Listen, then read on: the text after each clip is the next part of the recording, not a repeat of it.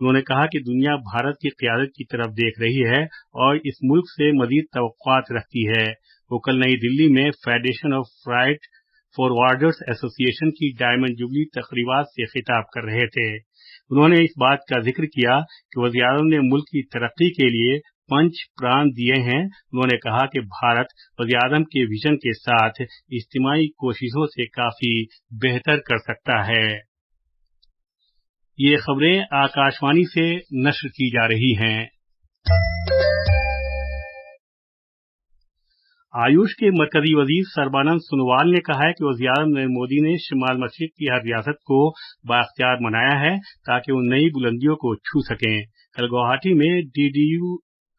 میں D D conclave ابھرتے ہوئے شمال مشرق سے خطاب کرتے ہوئے جناب سونووال نے کہا کہ وزیراعظم نے خطے کی ترقی کے لیے پوری وزارت کو حرکت میں لایا ہے۔ انہوں نے الزام لگایا کہ کانگریس نے 60 برس تک شمال مشرق میں حکومت کی لیکن وہ خطے کی ترقی میں ناکام رہی۔ مرکزی وزیر نے کہا کہ گزشتہ 9 سال میں پورے شمال مشرق میں زبردست ترقی ہوئی ہے۔ ایم وی گنگا ولاس دریائی کروز کا ذکر کرتے ہوئے انہوں نے کہا کہ کنیکٹیویٹی سیاحت کی ترقی کے لیے ضروری ہے۔ جناب سونووال نے کہا کہ شمال مشرق میں سیاحت کے کافی امکانات موجود ہیں اور حکومت انہیں بروئے کار لانے کے لیے عہد بند ہے۔ انہوں نے یہ بھی کہا کہ اس سال آنے والے یوگا کے بین الاقوامی دن کے پروگرام میں اور زیادہ تعداد میں لوگ حصہ لیں گے۔ اس موقع پر مرکزی وزیر کرن رجیجو نے کہا کہ اس سے پہلے شمال مشرق میں سابقہ سرکاروں کی عدم توجہی کی وجہ سے شورش پسندی کے مسائل تھے لیکن مودی سرکار نے اس نظریے کو ہی بدل دیا۔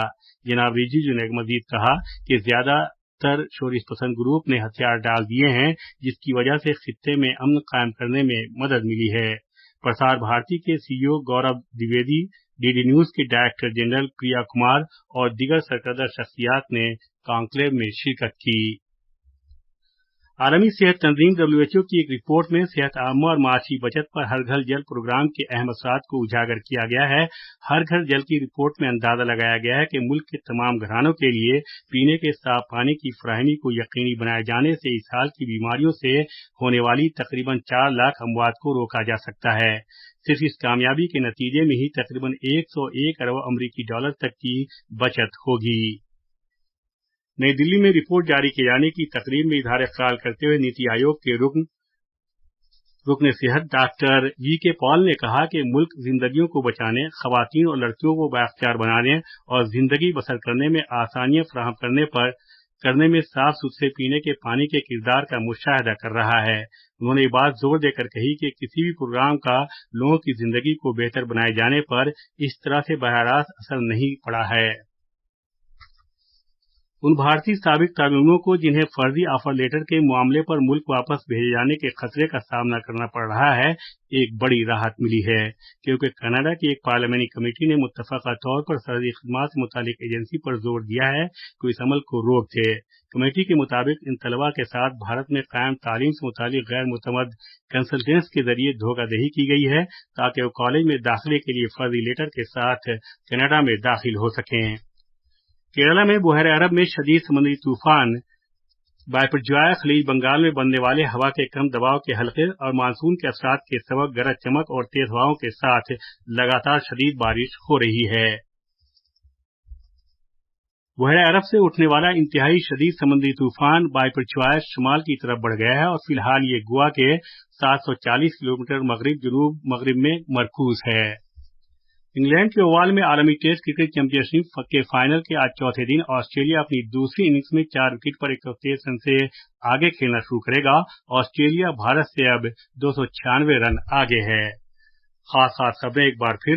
وزیراعظم نریندر مودی کل نئی دلی کے بین الاقوامی نمائش اور کنونشن سینٹر میں پہلے قومی طبیعتی کانکلیو کا افتتاح کریں گے۔ مرکز نے ملک میں 1500 سے زیادہ شہری کوآپریٹو بینکوں کو مستحکم کرنے کے لیے 4 اہم اقدامات کا اعلان کیا ہے۔ مدھیہ پردیش سرکار خواتین کو مالی اعتبار سے خود کفیل بنانے کے لیے لاڈلی بہنا اسکیم کا آغاز کرے گی۔ کیرالہ میں شدید سمندری طوفان بائپرجوائے کے سبب گرج چمک اور تیز ہواؤں کے ساتھ شدید بارش کا سلسلہ جاری رہے گا۔ اور کرکٹ میں آج سے پہر انگلینڈ میں اوول کے مقام پر عالمی ٹیسٹ چیمپئن شپ کے فائنل کے چوتھے دن آسٹریلیا بھارت کے خلاف اپنی دوسری اننگز میں 4 وکٹ پر 123 رن سے آگے کھیلنا شروع کرے گا۔ اسی کے ساتھ خبروں کا بلیٹن ختم ہوا۔